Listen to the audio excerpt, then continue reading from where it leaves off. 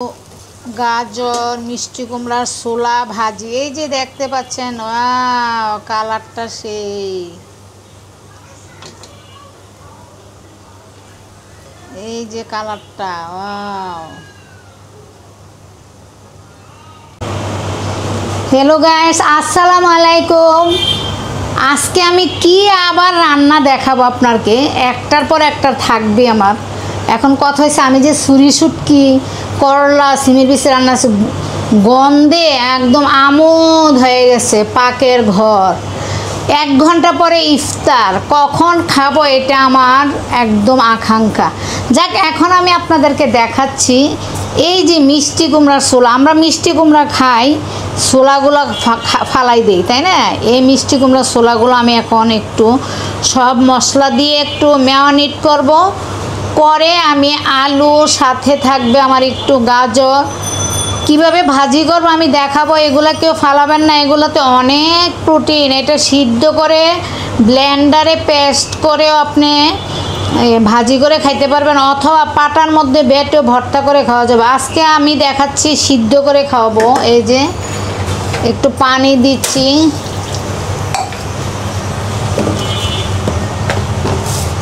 এখন আমি দিচ্ছি একটু আদার পেস্ট, পেঁয়াজ রসুন আমি একসাথে পেস্ট করে ফেলি। এই যে এটা দিচ্ছি,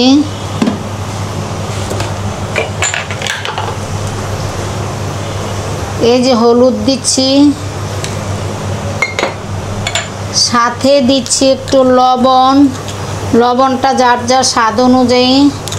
এখন আমি এটাকে ঢেকে দিব। কিছুক্ষণ পরে দেখাবো এটা কিভাবে ভাজি করে। অপেক্ষা থাকুন, ঢেকে দিয়েছি।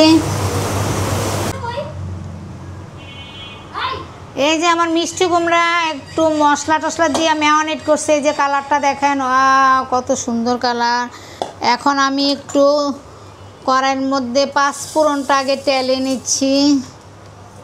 একটু পাঁচফোড়ন দিলে ফ্লেভারটা সুন্দর, খাইতেও মজা।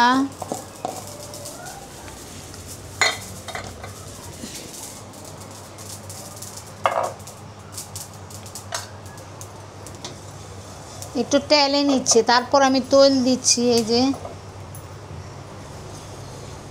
এই যে অলিভ অয়েল, সরিষার তেল, যার যেটা খান সেটাই দিবেন। এখন আমি দিচ্ছি কিছু রসুন কুচি,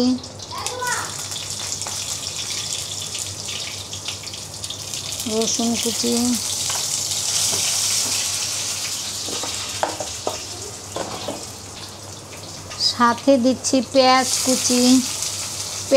কুচি একটু বেশি করে দিচ্ছি, যেহেতু এটা ছোলার সাথে আলু দিব, গাজর দিব। পেঁয়াজটা এখন অনেক সস্তা, গত বছর এই রোজাতে অনেক দাম ছিল পেঁয়াজ।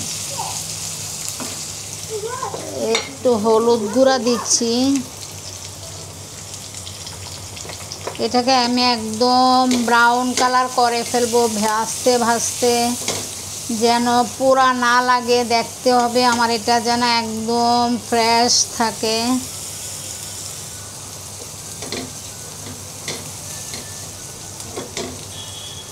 এই যে দেখতে পাচ্ছেন,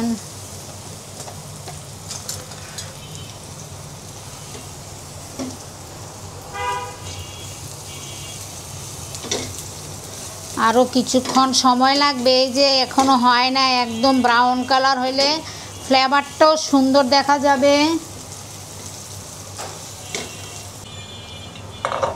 যতক্ষণ পর্যন্ত ব্রাউন না হবে ততক্ষণ আমি নাড়তে থাকবো। আমার প্রায় ব্রাউন কালার হয়ে গেছে। এই যে এখন আমি দিচ্ছি গাজর, একটু সাথে দিচ্ছি আলু দিচ্ছি। এই যে এটা একদম স্বাস্থ্যসম্মত, ফালাবেন না কেউ। মিষ্টি কুমড়ার ছোলাতে অনেক পুষ্টি। লাউয়ের ছোলা, মিষ্টি কুমড়ার ছোলা, পটলের ছোলা, একসময় আমরা এগুলো ফেলে দিতাম।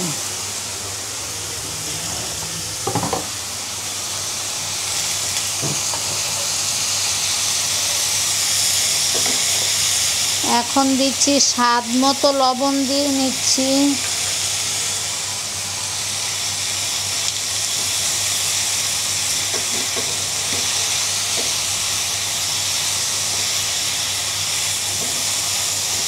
এখন আমি এই যে মিষ্টি কুমড়ার ছোলাগুলো দিয়ে দিচ্ছি। এই যে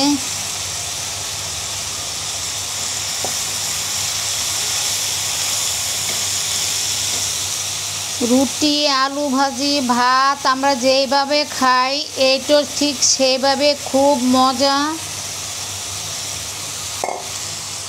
ফেলে দেওয়ার জিনিস নয়, আসলে সব কিছুই আমরা খাইতে পারলে খাওয়া যায়, কিন্তু একটু কষ্ট। তারপরে তো জিনিসটা ফেলে না দিয়ে আমরা এটা রান্না করে খাইতে পারি।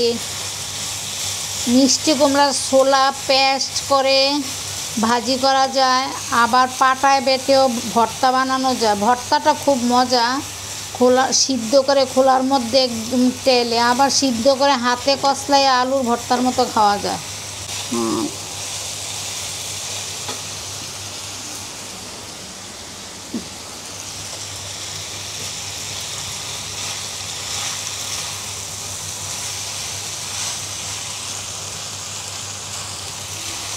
আমরা মরিচ কম খাই, সেই জন্য একটু কম দিয়েছি। ওয়াও, কালারটা কত সুন্দর দেখতে পাচ্ছেন গাইস, কত সুন্দর মিষ্টি কুমড়ার ছোলা ভাজি। আজকে খেয়ে দেখবেন। এদিকে আমার শুটকি তরকারির গন্ধ তো একদম বাড়ি আমোদ হয়ে গেছে। এখন ঢেকে দিচ্ছি।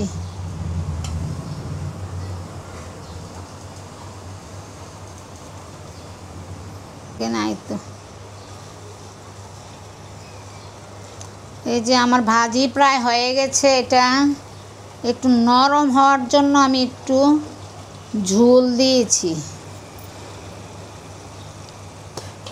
আমার লবণটা কম হয়েছে বিধে আমি আর একটু লবণ দিচ্ছি।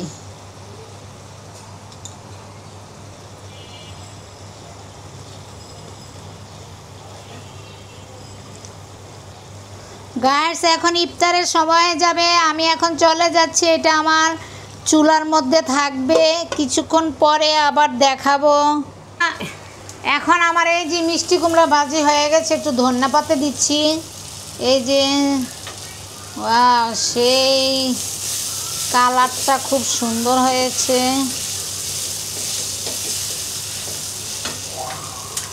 আমি এখন চুলার আঁচ একদম কমিয়ে রেখেছি।